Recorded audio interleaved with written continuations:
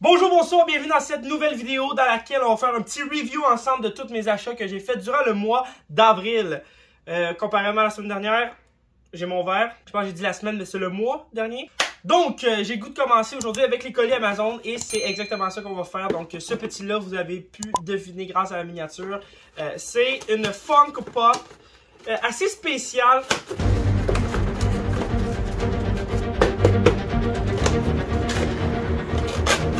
Est brisée ma Funko Pop! Une Funko Pop assez spéciale, Gilligan de Gilligan Islands ou au Québec, Les Joyeux Naufragés. Donc vous pouvez voir, elle est brisée dans le coin ici, ça me fait chier. C'est une série qui jouait à prise 2 quand j'étais jeune. Je vais mettre un extrait de la chanson, peut-être que vous la connaissez. Maintenant. Y'a Gilligan, le capitaine, C'était un extrait. On poursuit avec un colis assez plus gros. C'est pas une Funko Pop ici. Vous allez voir, c'est...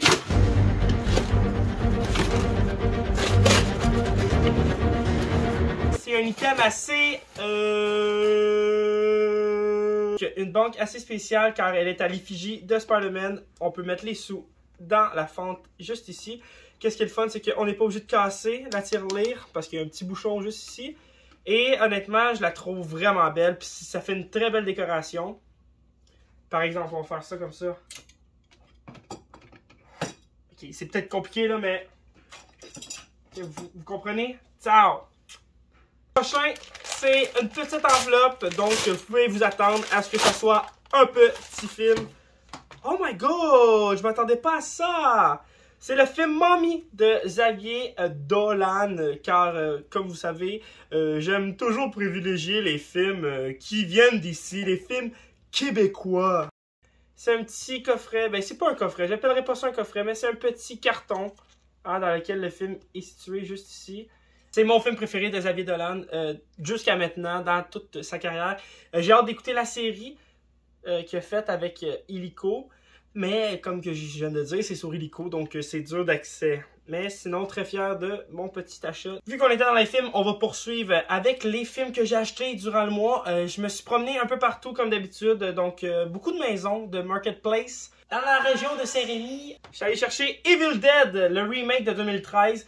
Oui, parce que le nouveau est sorti ce mois-ci. Je vais vous en parler un petit peu plus tard. Evil Dead.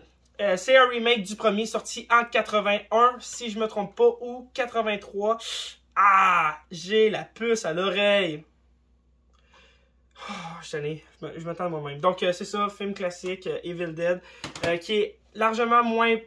Je dirais pas moins bon, mais c'est pas exactement la même chose que... C'est un bon remake, en voulant dire que ça prend une direction différente. Ensuite, Steelbook, le seul du mois, c'est un beau Steelbook de Big Hero 6, chez nous au Québec, les nouveaux héros. Ensuite, le Walmart, deux achats que j'ai faits, que j'étais assez satisfait. Donc, John Wick 1 à 3, c'était pour me préparer au chapitre 4. Je n'avais pas vu le 3, donc j'étais très content de l'avoir vu. Honnêtement, le premier, je pense, ça reste mon préféré. L'histoire est tellement bonne, la musique est excellente, tout est quasiment parfait. Le 2, il y avait un petit quelque chose de moins, mais tout le long de la franchise, jusqu'au 3 et au 4, c'est tellement beau au niveau visuel et les scènes d'action sont juste fantastiques. Au Walmart aussi, seulement 5$, je l'ai pogné, Madame Dogfire, parce que c'est un classique des classiques, RIP à Robert Williams. C'est vraiment un bon film, c'est un film que j'écoute souvent dans le temps des fêtes, mais... je vais essayer de briser cette tradition-là en l'écoutant prochainement parce que c'est vraiment bon. Ce mois-ci, on a eu l'annonce de Godzilla X Kong, la suite directe à Godzilla vs Kong, A New Empire. Donc, je suis allé me procurer le dernier opus de la saga qui me manquait, donc Kong Island. Moi, je suis pas un team Kong, je vais être honnête avec vous. Je suis vraiment plus Godzilla. Godzilla, c'est mon boy, ok? Je préfère Godzilla. Le monde est... Pourquoi t'es nul? Mais vous, est-ce que vous préférez Kong ou Godzilla? Répondez-moi ça dans les commentaires. C'est toujours le fun de faire participer les gens. J'ai fait un sondage sur Instagram ce mois-ci, justement, pour ça. Puis, on n'est pas beaucoup à aimer Godzilla. Dernière série de films, je fais ça vite.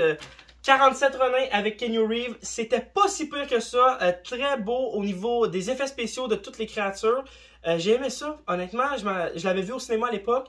La critique a été très dure avec ce film-là, puis c'est de valeur, je trouve. Deuxième voyage avec The Rock et le même petit acteur qui jouait dans le premier Voyage au centre de la Terre et dans Hunger Games. Donc, moi, le seul point faible que j'ai à donner à ce film-là, ça serait peut-être les effets spéciaux qui ont mal vieilli comme le premier.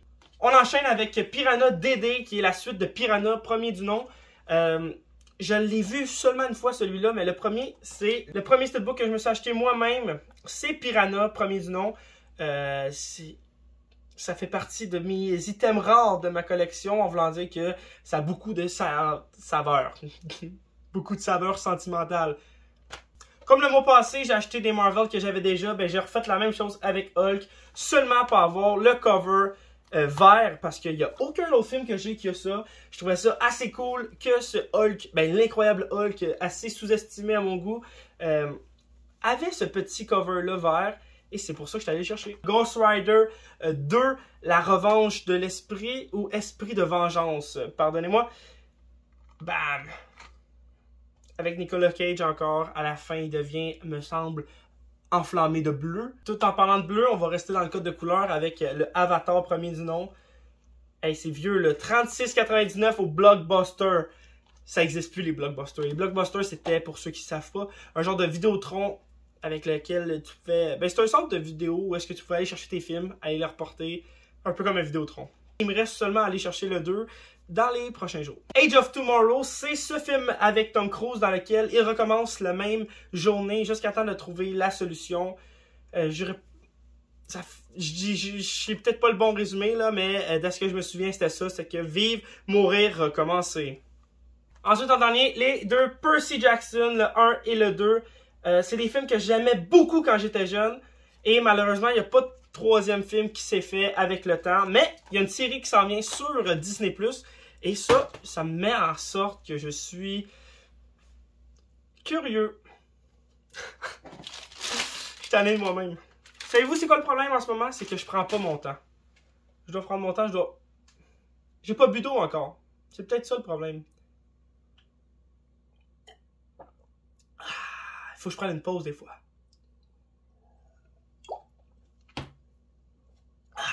On est déjà dans le dernier droit chemin.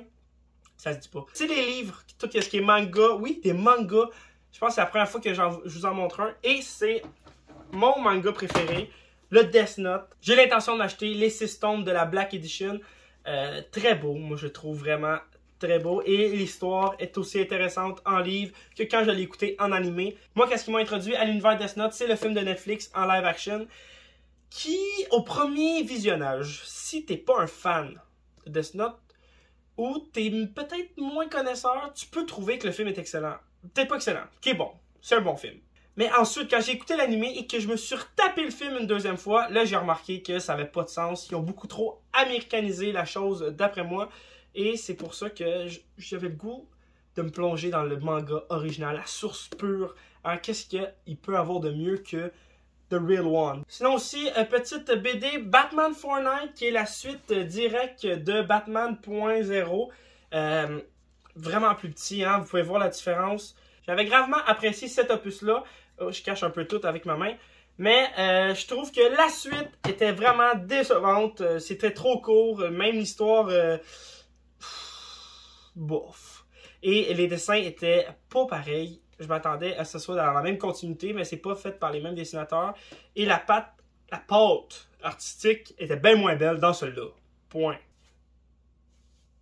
Je sais pas où est-ce que mes bras vont encadrer. Point. Le dernier item de la vidéo est une BD un petit peu plus grosse. Donc c'est Batman, le monde de Flash tome 1. Je suis vraiment tombé en amour avec cette timeline-là. J'ai vraiment hâte d'en apprendre beaucoup plus sur le Batman de Thomas Wayne. Et je veux pas spoiler, donc je n'en dirai pas plus. Je l'ai pas lu encore celui-ci, mais très hâte de me plonger à l'intérieur. C'est ce qui met fin déjà à la vidéo. Oui, je sais, ça a peut-être été un petit peu plus vite, peut-être que non. Ça va tout dépendre du montage que je vais faire. Je voulais remercier ceux qui écoutent les vidéos. N'oubliez pas de mettre un like, ça prend vraiment 30 secondes. Ça m'aide un petit peu plus beaucoup au niveau de l'algorithme de YouTube.